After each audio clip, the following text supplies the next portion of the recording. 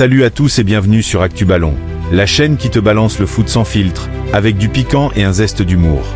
Imagine, tu es Lamine Yamal, 18 ans, déjà considéré comme l'un des meilleurs joueurs de la planète, tu viens de gagner un prix prestigieux au Lheureux Awards à Londres, tu rentres en jet privé, et tu te fais un petit MC d'eau pour fêter ça.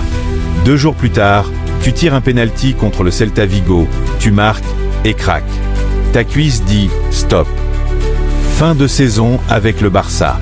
C'est pas une blague, les gars. C'est l'histoire complètement folle qui secoue le football en ce moment. Aujourd'hui, on décortique la grosse polémique autour de Lamine Yamal. La blessure spectaculaire, la photo qui fait jaser, les questions sur son hygiène de vie. Et surtout, est-ce que le Barça va vraiment survivre sans lui jusqu'à la fin de la Liga? Accroche-toi, ça va être chaud. Abonne-toi, active la cloche, et on y va direct. Lamine Yamal, le prodige qui fait rêver, et qui fait aussi polémique.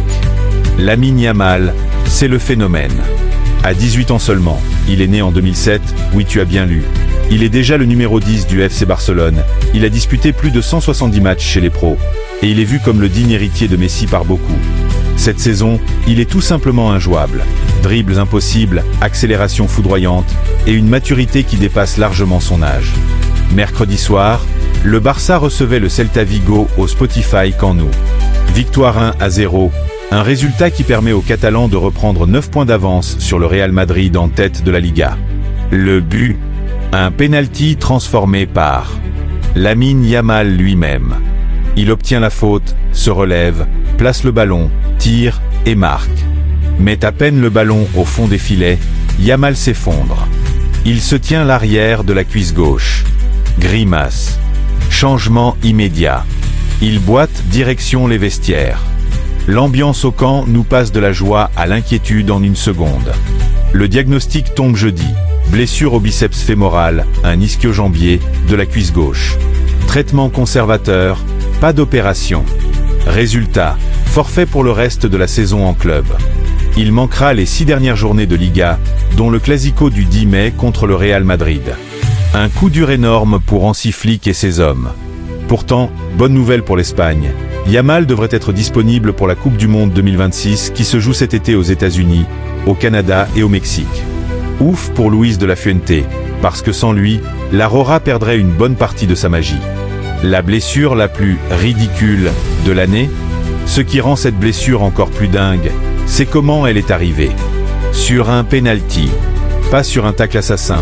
Pas après un sprint de 60 mètres. Non, en frappant un penalty. Juan Furlanich, le présentateur de Football Total sur des sports, n'en revient pas. C'est incroyable que Lamine Yamal se soit blessé en tirant un penalty. Il ajoute que ce genre de blessure musculaire n'arrive pas par hasard, et il pointe du doigt l'hygiène de vie du jeune prodige. Et là, boum, la photo qui met le feu au réseau. Lundi soir, juste après les Lheureux Awards à Londres, où il a remporté le prix du meilleur jeune athlète, rien que ça, Yamal poste une story Instagram depuis son jet privé. On le voit tranquillement en train de se régaler avec un McDonald's. Nuggets, frites, le grand classique. Les commentaires explosent. Il fête ça avec du fast-food. À 18 ans, en jet privé, MC d'eau, normal. Et après on s'étonne des blessures.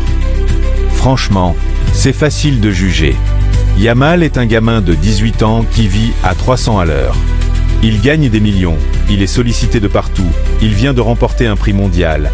Et il s'offre un petit plaisir coupable. Qui n'a jamais craqué pour un MC d'eau après une grosse journée? Moi le premier, même si mon jet privé est encore en réparation chez Dacia. Mais dans le football de haut niveau, surtout avec des muscles fragiles comme ceux d'un jeune qui a déjà beaucoup joué, la moindre faute d'hygiène peut coûter cher. Repas trop gras, manque de sommeil après un voyage Londres-Barcelone, récupération pas optimale, tout ça peut jouer. Est-ce que c'est la cause de la blessure? Probablement pas à 100%. Mais ça alimente la polémique, et les anciens du foot ne se privent pas pour dire que, de leur temps, on mangeait du riz et du poulet, pas des Big Mac en altitude. Yamal a d'ailleurs réagi sur les réseaux après le diagnostic. Ce n'est pas la fin, c'est juste une pause. Message positif, classe, comme toujours. Le gamin a la tête sur les épaules malgré tout ce cirque. Le Barça sans Yamal. Mission impossible ou simple formalité? Le Barça mène la Liga avec 9 points d'avance sur le Real Madrid. Il reste 6 matchs. Mathématiquement, même sans Yamal, le titre semble dans la poche. Mais le football n'est pas une science exacte. Hansi Flick va devoir trouver des solutions. Rafinha, Ferran Torres, ou même des jeunes comme Rooney Bargi qui est entré en jeu mercredi, il y a des options. Mais perdre son arme numéro 1, celui qui crée le danger à lui tout seul, ça change tout. Yamal, c'est le joueur qui fait la différence dans les matchs serrés. Et le Clasico sans lui, ça va faire bizarre. Le Real Madrid va se frotter les mains en se disant que le Barça est un peu moins impressionnant sans son phénomène. Côté financier et sportif, c'est aussi une tuile. Yamal est le visage du nouveau Barça, celui qui attire les sponsors, les vues sur YouTube et les jeunes supporters. Sans lui sur le terrain, l'équipe perd en spectacle et potentiellement en points si les remplaçants ne haussent pas le niveau. Lamine Yamal et la Coupe du Monde 2026. La vraie priorité maintenant? La bonne nouvelle, c'est que cette blessure arrive au bon moment par rapport au mondial. 4 à 6 semaines d'arrêt environ, traitement conservateur. Si tout se passe bien, Yamal sera frais pour juin-juillet. L'Espagne compte énormément sur lui. À 18 ans, il pourrait être l'un des joueurs les plus jeunes et les plus décisifs du tournoi. Imaginez-le face au Brésil, à l'Argentine ou à la France. Avec ses dribbles et sa vision du jeu, il peut faire très mal. Mais attention, il va falloir une récupération parfaite. Pas de MC-Do tous les jours, une diététique stricte, du repos et un suivi médical irréprochable. Les médias espagnols vont scruter chaque story Instagram de Yamal pendant les prochaines semaines. S'il poste encore une frite, ça va repartir en polémique directe. Mon avis, avec un peu d'humour. Franchement, cette histoire est typique du foot moderne. On veut des joueurs exceptionnels à 18 ans, qui jouent 60 matchs par saison, qui voyagent partout, qui gagnent des prix. Et après on s'étonne qu'ils se blessent sur un geste anodin. Lamine Yamal n'est pas un robot. C'est un ado surdoué qui vit sa vie à fond. La photo du MC-Do, c'est humain. Ça le rend même plus attachant. Par contre, il doit apprendre à gérer son corps comme un pro. À 18 ans, on pense qu'on est invincible. À 25 ans, on sait que chaque repas, chaque nuit de sommeil compte. Pour le Barça, c'est un test de caractère. Gagner la Liga sans son meilleur joueur, ce serait la preuve que le collectif prime sur l'individualité. Pour Yamal, c'est une pause forcée qui peut le rendre encore plus fort mentalement. Et toi, qu'est-ce que tu en penses? Est-ce que la polémique sur le MC-Do est exagérée? Ou est-ce que les jeunes talents doivent faire plus attention? Est-ce que le Barça va quand même être champion? Dis-moi tout en commentaire, je lis tout, ou presque.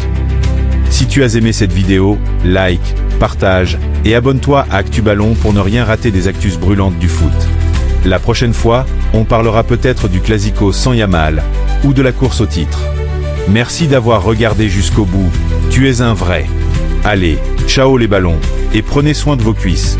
Surtout si vous tirez des pénaltys après un MC-Do en jet privé. Larmes de joie.